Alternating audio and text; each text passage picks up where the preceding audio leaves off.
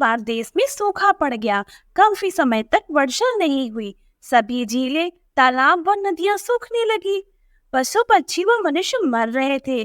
चिंतित होकर बगुलों ने दूसरे तालाब पर जाने का फैसला किया।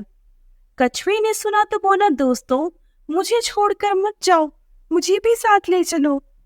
कुछ देर सोचने के बाद एक बगुला बोला, हम तीनों एक छड़ी की सहायता से उड़ेंगे। कछुए ने हैरानी से पूछा, कैसे? बगुले ने कहा, हम दोनों अपनी चोंचों से छड़ी के दोनों छोर पकड़ लेंगे।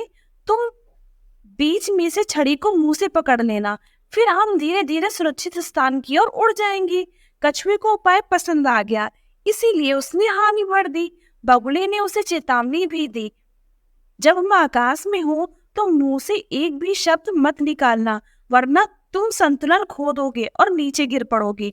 योजना के अनुसार बगुला एक मजबूत छड़ी लेकर आया। उन्होंने छड़ी दोनों छोरों से पकड़ी और कछुए ने बीच में से मुंह में दबा ली। इस तरह वे उड़ने लगे।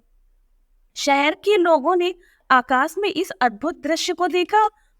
उन्होंने कभी भी कछुए को हवा में उड़ते नहीं देखा था। वे तालियां बजाकर चिल्लाने लगे, वाह देखो, दो पक्षी कछुए को आकाश में उड़ाए ले जा रहे हैं। कछुए को लोगों का चिल्लाना और मजाक उड़ाना पसंद नहीं आया। वह गुस्से पर काबू नहीं कर पाया और बोला, ये मूर्ख इस तरह चिल्ला क्यों रहे हैं? ज्यों ही उसने बोलने के लिए मुंह खोला, उसकी पकड़ छूट गई और वह नीचे गिरने लगा। धरती पर गिरते ही उसके प्राण निकल गए। इस कहानी से हमें ये शिक्षा मिलती है, कोई भी काम करने या बोलने से पहले सोचना चाहिए।